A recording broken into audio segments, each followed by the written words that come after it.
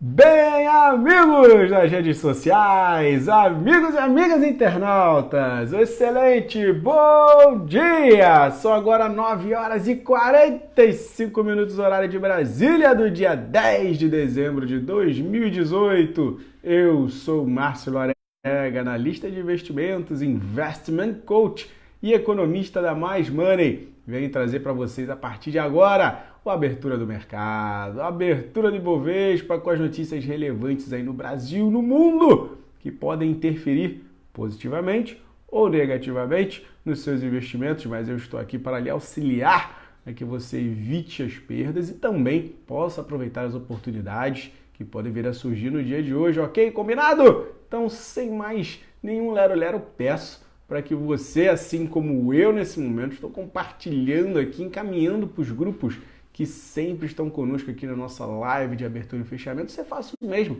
Você também encaminhe para aqueles que se interessam de alguma maneira por esse mercado, ou desejam, encontraram pessoas que possam lhe auxiliar nessa caminhada, nessa jornada.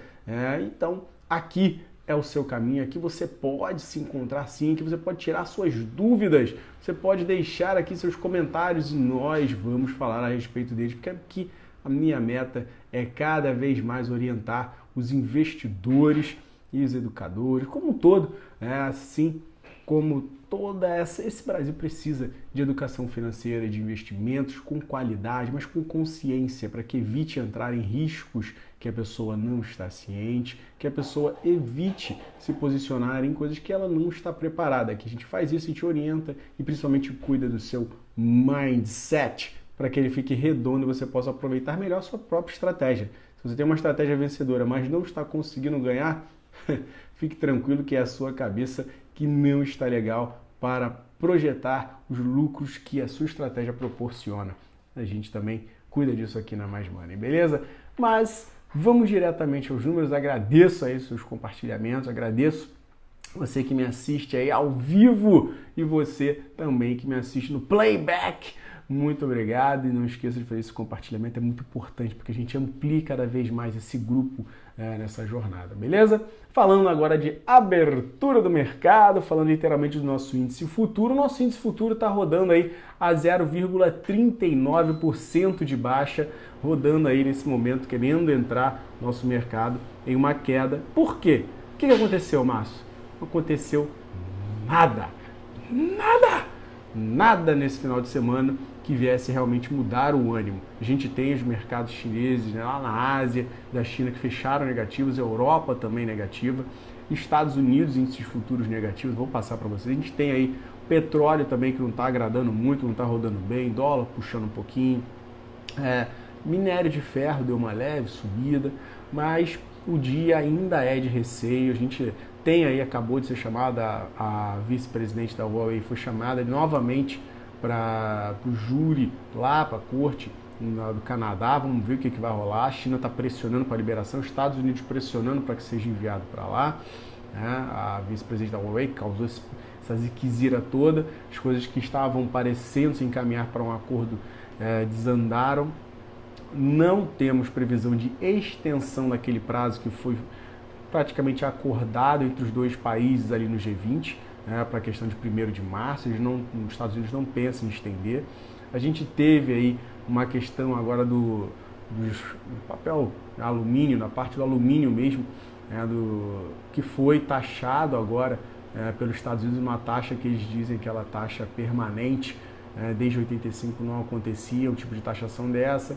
Então é algo que já mostra também que os Estados Unidos está dando as espetadas na China e isso daí vai pesar, vai auxiliar. Eles alegam nessa questão dessa taxação sobre o alumínio que está arrebentando com os preços porque eles estão sendo subsidiados na China e vem com preços muito baixos para o mercado norte-americano e está prejudicando todos eles aí diretamente. Então, atenção, isso daí merece literalmente que você acompanhe esses dados de perto e a gente aqui, com relação a hoje especificamente, também ficar guardando maiores informações, maiores dados internos. A gente deve ter o leilão hoje da Eletrobras, aí, da distribuidora do Amazonas, vai ocorrer, se não me engano, às 5 horas da tarde. Deixa eu ver se sai um pouco antes, deixa eu ver o horário aqui. É isso mesmo, 5 horas da tarde. foi liberado, né? A Justiça derrubou a liminar dessa realização de leilão. Também tem aí a AGU recorrendo à decisão que suspendeu aí a fusão praticamente da joint venture da Embraer com a Boeing. Então temos notícias aí que podem mexer com alguns ativos especificamente, mas com relação a propriamente Ibovespa, a gente precisa aí de números mais fortes ou notícias mais relevantes mundiais e aqui.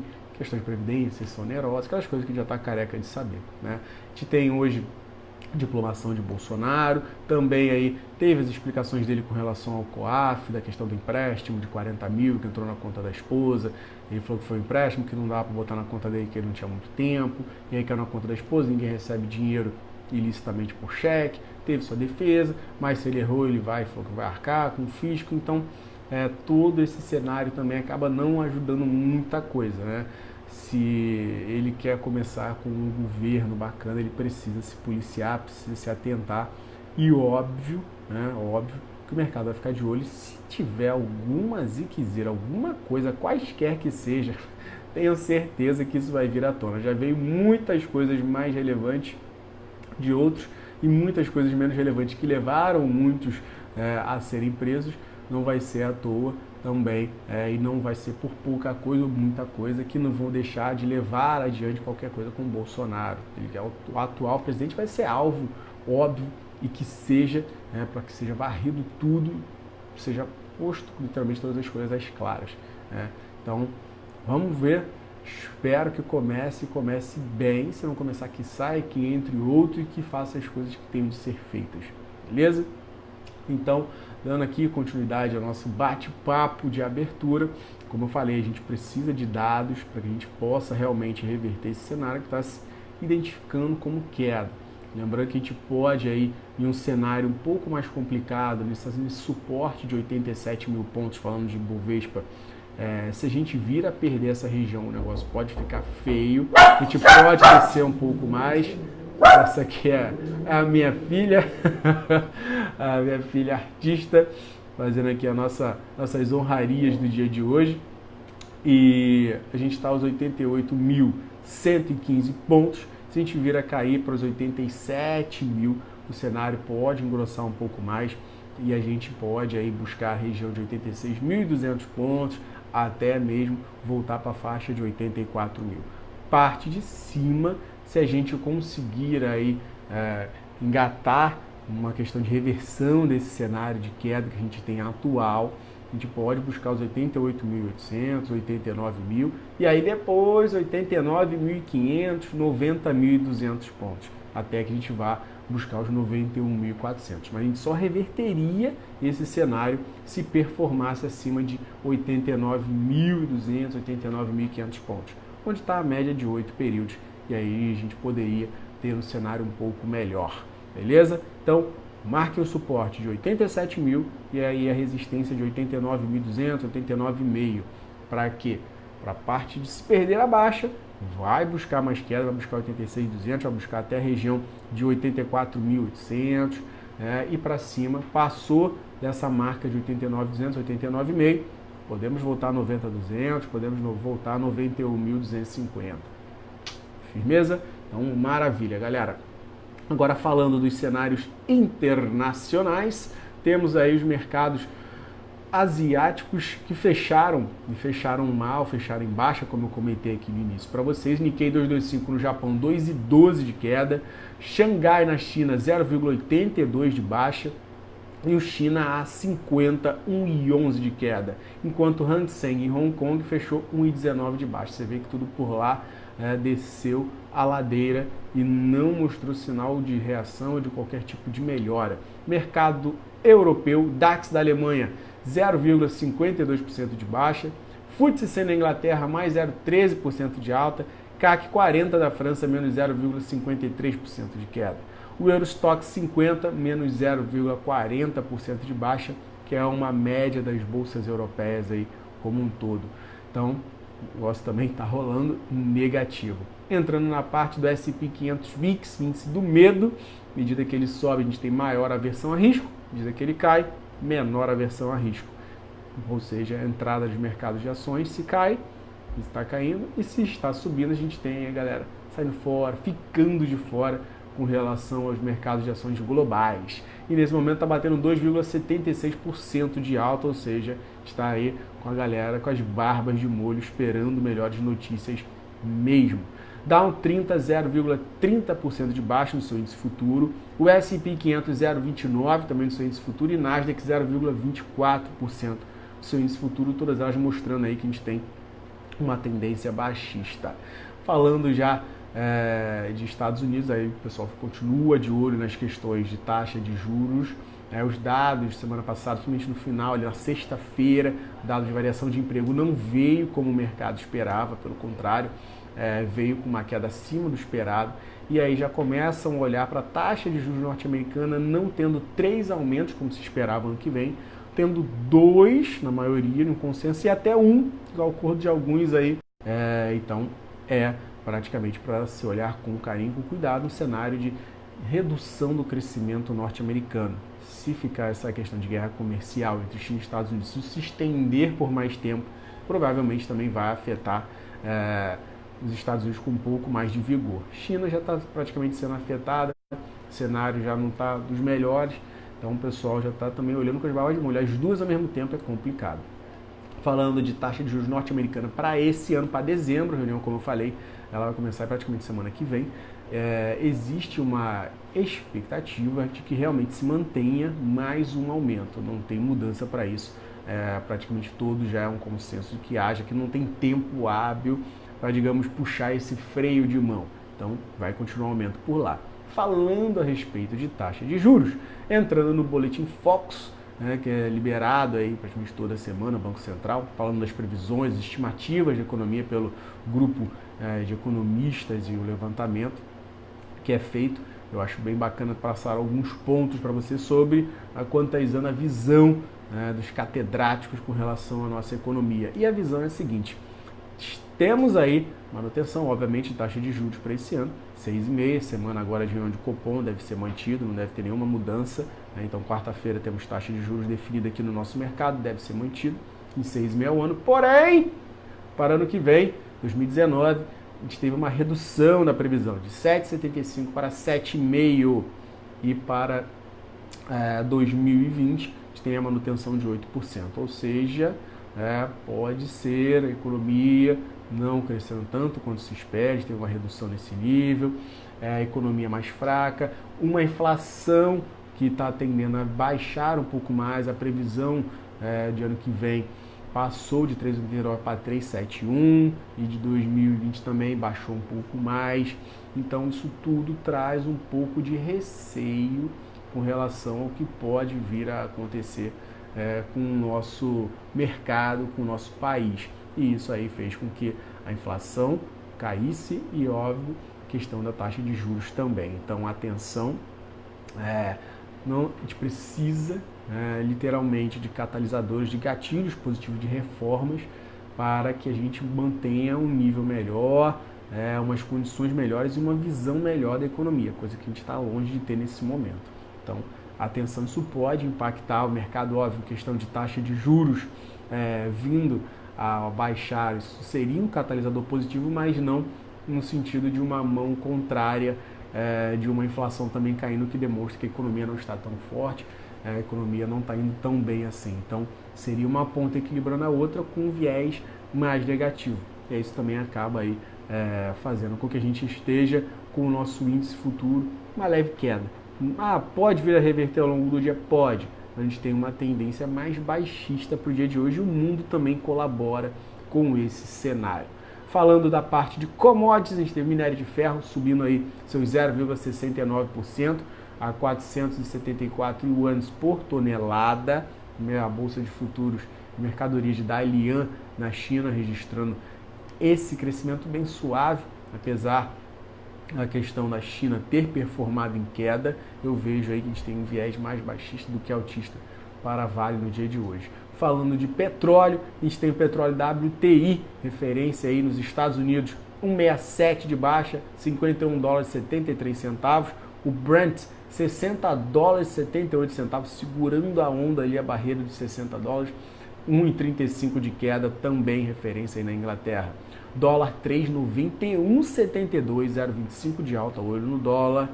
E questão do Bitcoin subindo aí 1,99, 3.597 dólares e 70 centavos. O ouro, 1.251 dólares e 45 centavos, estável, 0,09 de baixa. Então, temos petróleo em queda, minério subindo, mas a China fechou no negativo, então deve impactar mais a China negativa, e o dólar dando uma puxada, e isso vai aí diretamente aqueles dois papeizinhos que eu sempre comento, né, agora que são 10 horas e 1 minuto, a nossa bolsa abrindo alguns papéis, já entrando em circulação.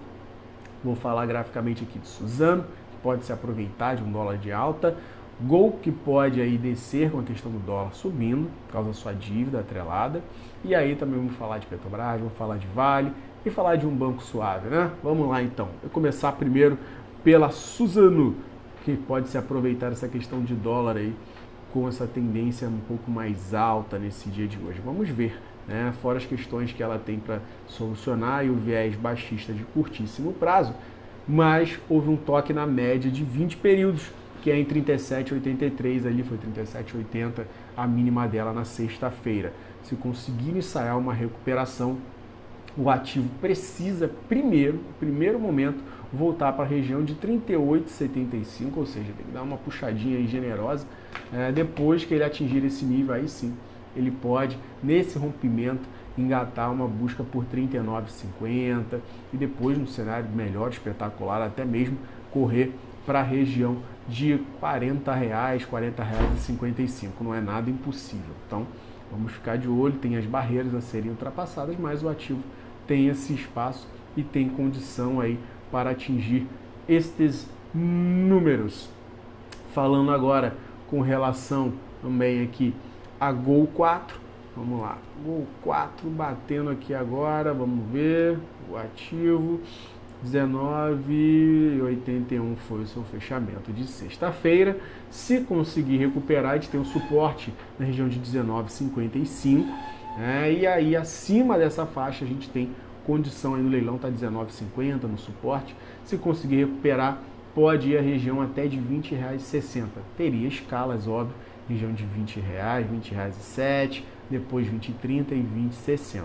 Campo de baixa, perdeu aí a região de 19,50, deve buscar aí a região fatalmente de 19,30 e depois se engrossar bastante até 18,90, R$19. Então é também para ficar de olho com esse ativo no dia de hoje, esses pontos.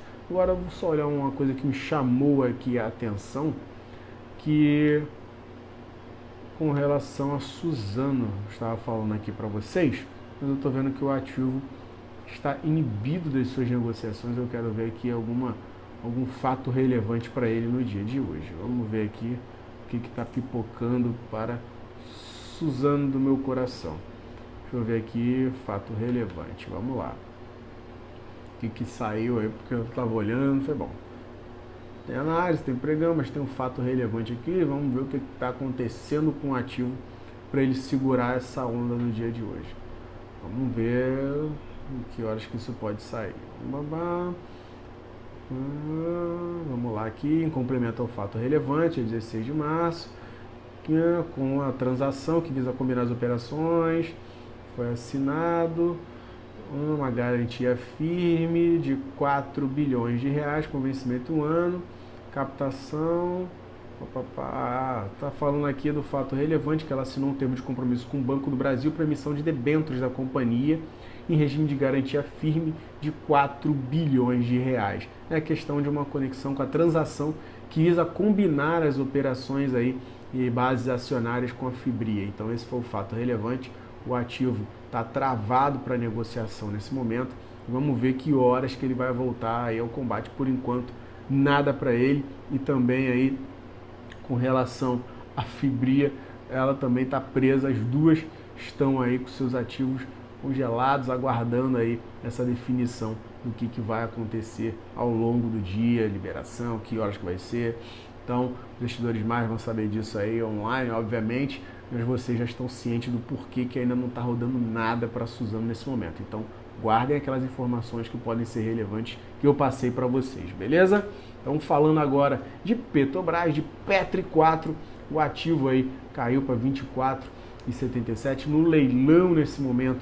está batendo 24,65, e se a gente vir aí a perder, mais uma vez que eu comentei com vocês, a gente perder a região de 24,50, busca 24,30, 24,30 perdemos, 24,30, 24,27, a gente pode buscar aí 23,95, é o grande suporte desse ativo. Se vir a perder, mais uma vez, se vir a perder esses 23,90, 23,95, até 23,90 dá para aceitar ainda como suporte. A gente pode cair uma pressão um pouco mais rápida para 23,50, 23,20, mas o grande objetivo seria 22,80, 22,80, 22,90. Para cima, se reagir, se recuperar, se reverter a tendência baixista que foi até desenhada com a figura gráfica de sexta-feira, a gente precisa romper a região de 24,80 para engatar uma caminhada aí para R$ 25,20 a princípio e depois R$ 25,80. Beleza, galera? Tudo no esquema? Então, tranquilo. Não, nem 25,80. Tem que romper 24,80 para passar 25,20 e depois 25,80. Então, esse é o caminho. Beleza? E aí, somente depois a gente pode pensar em buscar aí 26,30. Mas até lá, a gente não está com a tendência das melhores e mais positivas. E Vale, falando de Valezinho aqui, o ativo a caminho, né? 51,52 está com 0,5% de alta, por enquanto a gente está aí com ela segurando a onda. O mercado deu uma revertida, está 0,22 de alta, acabou revertendo a abertura sendo positiva. Ficamos em até um milésimo de abertura negativo. E que bom, a gente começou a dar uma revertida aí para o positivo, 88.300, mais olho nas resistências que eu passei.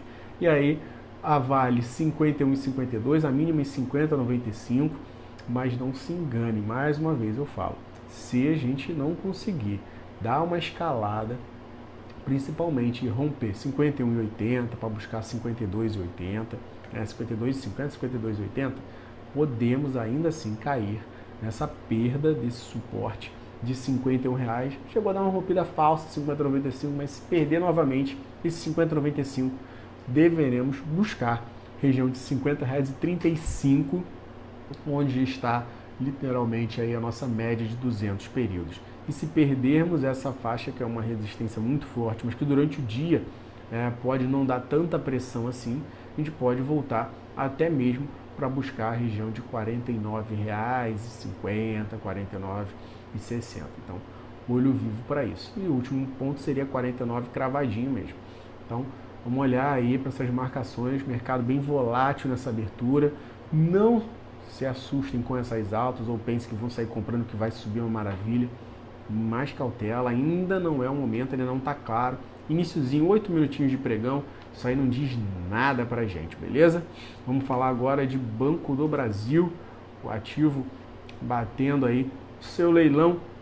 Ele abriu, foi aí a 43,95, mínima foi a abertura, máxima de 44,12, o papel está engasgado entre a média de 20, de baixo para cima em 43,80 e de cima para baixo em 44,30, ou seja, tendo essas duas suporte e essas resistências. Rompeu qualquer uma das duas, a gente tem uma pressãozinha. Para cima, pode buscar aí 43,50, nada muito gigante, mas pode buscar 43,50. Se rompeu o 43 aí e o 44,50, se a gente romper, a gente pode buscar até 45,40, que aí seria o ideal para a gente. Até mesmo buscar 46 no melhor momento.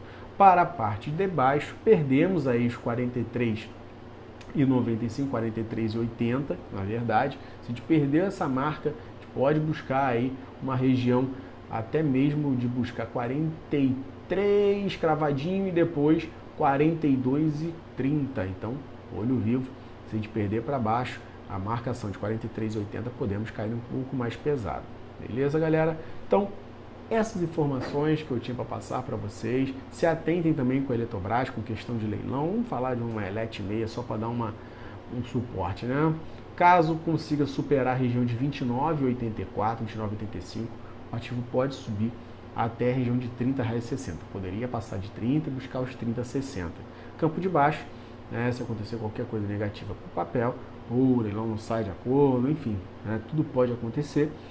O ativo pode voltar e se perder os 29,50, que é onde ela está brigando aí, pode voltar à região de 29,07 e perder 29,07, ele pode buscar, tem até uma segurança em 28,90.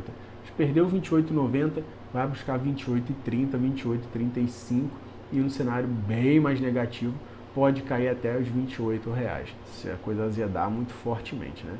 Então para cima a gente tem esse 30,60 como alvo, acima aí principalmente de 29,85. Combinado?